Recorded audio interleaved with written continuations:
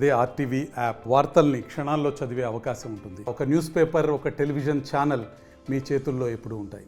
తెలుగు రాష్ట్రాల్లో వర్షాలు దంచుకొడుతున్నాయి. గత 2 రోజుల నుంచి కురుస్తున్నటువంటి వర్షాలకి వాతావరణ శాఖ హెచ్చరికలు జారీ చేసింది. ఇప్పటికే ప్రభుత్వ అధికారులు, ప్రజాప్రతినిధులు ప్రజల్ని అప్రమత్తం చేయడం జరిగింది. లోతట్టు ప్రాంత ప్రజలందరూ కూడా అప్రమత్తంగా ఉండాలి. ఎవరు వైద్య అధికారులు, వైద్య సిబ్బంది సెలవులు తీసుకోవడానికి వీలు లేదని చెప్పేసి సైతం ఆదేశాలు జారీ చేశారు. ప్రస్తుతం మనం కరీంనగర్ జిల్లా వ్యాప్తంగా ఉన్నటువంటి పరిస్థితిని ఒకసారి చూద్దాం. శ్రీపాద ఎల్లంపల్లి ప్రాజెక్టుకు సంబంధించినటువంటి 1,05,000 క్యూసెక్ల నీటిని గోదావరిలోకి వదలడం జరిగింది. దిగువ ప్రాంతం నుంచి మిడ్ మానేర్కి వస్తున్నాయి. మిడ్ మానేర్లో ఇప్పటికే 20 టీఎంసీలకి పైగా నీరు చేరింది. అక్కడ నుంచి లోయర్ మానే డ్యాంకి వస్తుంది. లోయర్ మానే డ్యాంలో 13 టీఎంసీల కెపాసిటీకి నీరు చేరింది.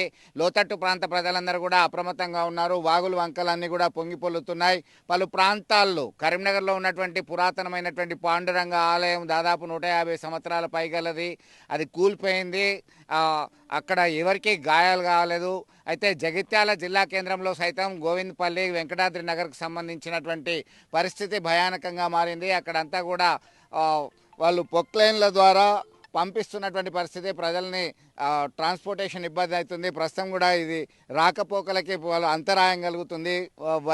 పొలం అంతా కూడా నీట మునిగిపోయింది.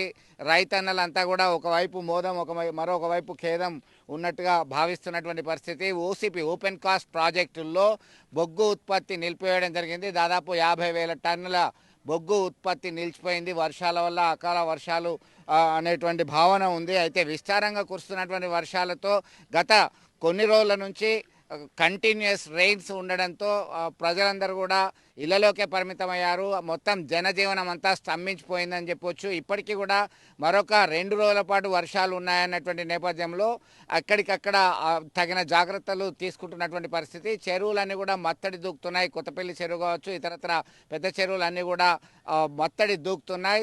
దీని ద్వారా చాలా కేర్ఫుల్గా ఉండాలని చెప్పేసి అధికారులు ఆదేశాలు చేశారు. ఇక ధర్మపురి వద్ద గోదావరి నీటి మట్టం కూడా క్రమక్రమంగా పెరుగుతున్నటువంటి పరిస్థితి. మెట్పల్లి, కొరుట్ల, జగిత్యాల, సిరిసిల్ల, నర్మాల ఎగువ మానేర్ ప్రాజెక్టుకు సంబంధించి నర్మాల వద్ద సైతం ప్రాజెక్ట్ డ్యామ్ గేట్ల వైపు వచ్చింది. అక్కడ సైతం లోతట్టు ప్రాంతంగా ఉంది. అక్కడ రాకపోకలన్నీ కూడా అబ్జర్వ్ చేస్తున్నారు. కరీంనగర్ లోకల్లో వి పార్క్ హోటల్ సమీపంలో ఆర్టీసీ వర్క్షాప్ ఉంది. ఆ వర్క్షాప్ దగ్గర సైతం డ్రైనేజీ నీళ్లు ఒక్కసారిగా కురుస్తున్నటువంటి వర్షాలకి పొంగి పొల్లడంతో మళ్ళీ మరొకసారి గతంలో ఉన్నటువంటి అనుభవాలు రిపీట్ అవుతున్నటువంటి పరిస్థితి. రాకపోకలు చాలా క్లిష్టంగా మారాయి. వాహనాలన్నీ కూడా మళ్లించేందుకు ట్రాఫిక్ పోలీసులు రంగంలోకి దిగారు. ఇక్కడ మొత్తం మీద వర్షాలు విస్తారంగా కురియడంతో చాలా జాగ్రత్తగా ఉండాలన్నటువంటి అధికారుల ఆదేశాలు మాత్రం పాటించాల్సినటువంటి అవసరం ఎంతైనా ఉంది.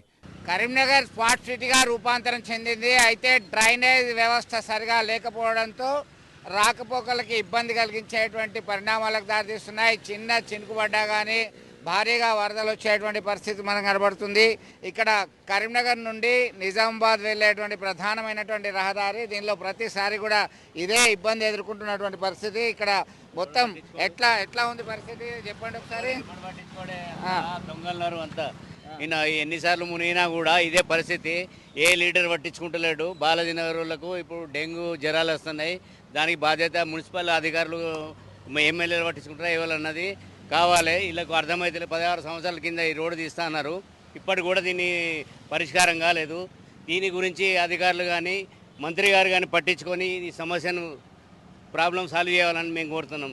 16 సంవత్సరాల నుంచి ఇదే పరిస్థితి ఉంది. చాలా ఇబ్బందికరమైన పరిస్థితి ఉంది. ఈ పక్కన అంతా కూడా కళాశాలలు, అలాగే ఇటు ఫంక్షన్ హాళ్ళు ఉన్నాయి. దీంతో డ్రైనేజ్ వ్యవస్థ మొత్తం కుప్పకూలిపోయినటువంటి ఇదంతా కూడా చాలా ఇబ్బందికరమైనటువంటి పరిణామాలుగా వాళ్ళు భావిస్తున్నటువంటి పరిస్థితి. ఇదంతా కూడా ఇప్పటికైనా దీన్ని తక్షణమే మరమ్మతులు చేపట్టాలి, డ్రైనేజ్ వ్యవస్థను మెరుగుపరచాలని చెప్పి స్థానికులు కోరుతున్నటువంటి పరిస్థితి. చినుకుల వెళ్ళాలంటేనే ఇబ్బందికరంగా ఉంది. ఎందుకంటే ఇతరత్ర పనుల నిమిత్తం బయటకు వెళ్ళేటువంటి వారి సంఖ్య రోజు రోజుకు పెరుగుతున్నటువంటి నేపథ్యంలో దీన్ని మనం ప్రధానంగా చూస్తున్నాం. ఇక్కడికైనా కానీ దీన్ని డ్రైనేజ్ వ్యవస్థ మెరుగుపరిస్తే ఇలాంటి ఇబ్బందులు రాకుండా ఉంటుందని చెప్పడంలో సందేహం లేదు. మొత్తం మీద ఇది చూస్తున్నాం.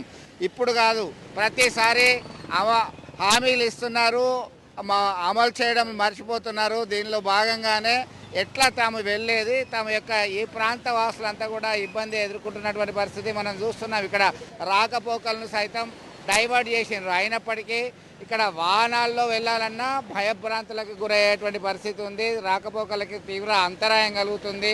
మొత్తం మీద ఇక్కడ నడుముల వంటి నీళ్లు వస్తున్నాయి. ప్రధాన రహదారి మీదనే ఈ పరిస్థితి ఉంటే లోతట్టు ప్రాంతాల్లో ఇంకా ఎట్లా ఉండాలని చెప్పేసి స్థానికులు ఆవేదన వ్యక్తం చేస్తున్నటువంటి పరిస్థితిని మనం గమనించవచ్చు. వీడియో జర్నలిస్ట్ సుమంత్తో కలిసి చంద్రశేఖర్, RTV, కరీంనగర్ నుండి. విస్తారంగా కురుస్తున్నటువంటి వర్షాలతో ఈ దఫా ప్రాజెక్టులన్నీ కూడా జలకళను సంతరించుకున్నాయి. గత 2 రోజుల నుంచి కురుస్తున్నటువంటి భారీ వర్షాలతో ఇటు Sripada Yellampalli, upper Maner, mid Maner, lower Maner డ్యాంలకి భారీగా వరద నీరు చేరింది. అటు ధర్మపురి ప్రాంతాల్లో గోదావరి నీటి మట్టం పెరిగింది. వెల్గటూరు, బుగ్గారము, అలాగే ధర్మారం లాంటి మండలాల్లో సైతం భారీ వర్షాలు కురుస్తున్నాయి. కరీంనగర్లో గత రాత్రి నుంచి కూడా విస్తారంగా కురుస్తున్నటువంటి వర్షాలతోనే లోతట్టు ప్రాంతాలన్నీ కూడా జలమయమయ్యాయి. మిడ్ మానేర్ ప్రాజెక్ట్కి ఇన్ఫ్లో వస్తుంది. అదే సమయంలో అవుట్ఫ్లో కూడా ఉంది. శ్రీపాద ఎల్లంపల్లి ప్రాజెక్ట్ నుంచి 1,00,000 క్యూసెక్ల నీటిని కిందికి వదిలారు. పార్వతి ప్రాజెక్ట్ నుంచి 78 గేట్లు వదలడం ద్వారా కిందికి వస్తున్నాయి. ఇదంతా కూడా జలకళను సంతరించుకున్నటువంటి పరిస్థితి మనం గమనిస్తున్నాం. నిన్న మొన్నటి వరకు కేవలం 5 TMCలకు మాత్రమే పరిమితమైనటువంటి లోయర్ మానేర్ డ్యాంలో ఒక్కసారిగా నీటి మట్టం పెరిగిపోయి 13 TMCలకు చేరిపోయింది. దీంతో ఈ ప్రాంత వాసులకి సాగునీటి కష్టాలు ఇక ఉండవు అనేటువంటి అభిప్రాయంతో నిశ్చింతగా ఉండొచ్చు అని చెప్తున్నటువంటి పరిస్థితి. కొంతమంది స్థానికులు, మత్స్యకారులందరూ కూడా చేపల వేటకు వచ్చారు. దీనికి సంబంధించి ఎట్లా చూడొచ్చు, నిన్న మొన్నటి దాకా నీళ్ళ కరువు అని చెప్పేసి అనుకున్నాం. ఒక్కసారిగా పర్వాలేదా, ఇప్పుడు మంచి నిండుతుంది మళ్ళీ అనుకున్నామా? గంగామాత టెంపుల్ దగ్గరకు వచ్చింది ఇప్పుడు. అలే సార్, ఇప్పుడు ఇన్ని రోజులు వారం రోజుల నుంచి నీళ్ళు లేకుండే, ఇప్పుడు నీళ్ళు మాత్రం వస్తున్నాయి. అందరూ సంతోషం సార్. చేపలు కూడా మంచిగా పడుతున్నాయి, అందరం మంచిగా బ్రతుకుతున్నాం. నీళ్ళు మాత్రం మంచిగా వస్తున్నాయి సార్.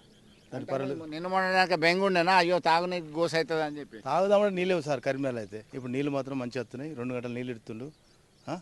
సంతోషం సార్ మాకైతే. సో ఎట్లా చూడొచ్చు, మీ పేరేంటి? ఇక్కడ తొందరనే నీళ్ళు వచ్చినాయి. నిన్న మొన్న దాకా అసలు అక్కడ దాకా లేవు, పశువులు మేపుకుంటూ ఉన్నారు. ఇప్పుడు ఒక్కసారిగా గంగామాత టెంపుల్ దానికి వచ్చినాయి కదా. గంగామాత టెంపుల్ దాకా అంటే మొన్న దాకా కాలువ అయిపోయారు కదా, ఆ కాలువతో కొన్ని వచ్చినాయి. ఇప్పుడు వర్షంతో కొన్ని నీళ్ళు వస్తున్నాయి. వరద కొట్టి ఇప్పుడు వాగొస్తుంది, వాగు వారుతుంది కదా. చెరువు రెండినట్టే. ఇక నీళ్ళు తాగడానికి మాకేం అందరికీ ఇబ్బంది ఏముండదు. సంతోషం. ఓకే.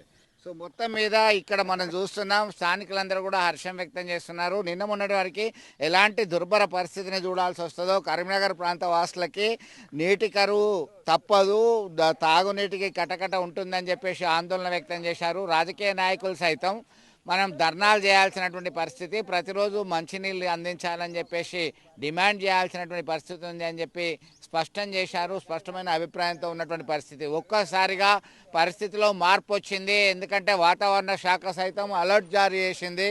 ఇటు రెడ్ అలర్ట్, కొన్ని ప్రాంతాల్లో red alert, orange alert, yellow alert జారీ చేసినటువంటి పరిస్థితి గమనిస్తున్నాం. మొత్తం మీద అవసరం ఉంటే మాత్రమే బయటకు వెళ్ళాలి, ఎట్టి పరిస్థితుల్లో బయటకు రావద్దు అని చెప్పేసి అధికారులు ఆదేశాలు జారీ చేశారు. ఎక్కడికక్కడ మొత్తం అప్రమత్తమయ్యారు. రాకపోకలు పలు ప్రాంతాల్లో స్తంభించిపోయాయి. వాగులు వంకలన్నీ కూడా పొంగి పొల్లుతున్నాయి, చెరువులన్నీ కూడా మత్తడి దూకుతున్నాయి.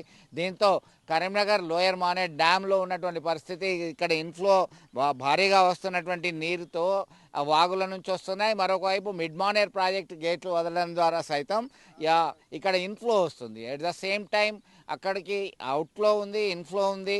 దీంతో ఈ ప్రాజెక్ట్ అంతా కూడా జలకళ సంతరించుకొని ఇక ఏ ప్రాబ్లము ఉండదు అనేటువంటి భరోసా ఇచ్చేటువంటి దిశలో వరుణ దేవుడు కరుణించాడని చెప్పేసి అభిప్రాయం వ్యక్తం చేస్తున్నటువంటి పరిస్థితిని మనం చూస్తున్నాం. మొత్తం మీద కొన్ని ప్రాంతాల్లో ఇబ్బందికరమైన పరిస్థితి. పాత గోడలు, పాత ఇల్లు ఖాళీ చేయాలని చెప్పేసి అధికారులు సూచిస్తున్నారు.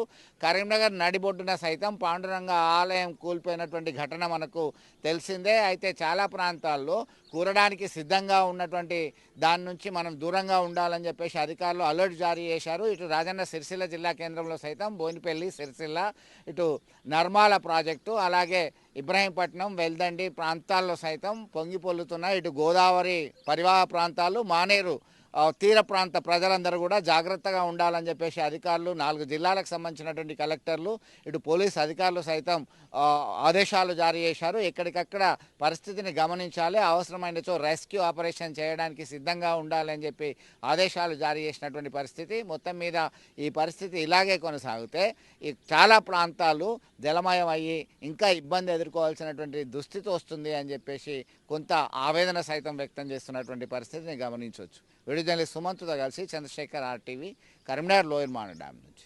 మరిన్ని వీడియోస్ కోసం ఛానల్ ని సబ్స్క్రైబ్ చేయండి, లేటెస్ట్ అప్డేట్స్ కోసం వాట్సాప్ ఛానల్ ని ఫాలో చేయండి అండ్ లింక్ డిస్క్రిప్షన్ లో ఉంది.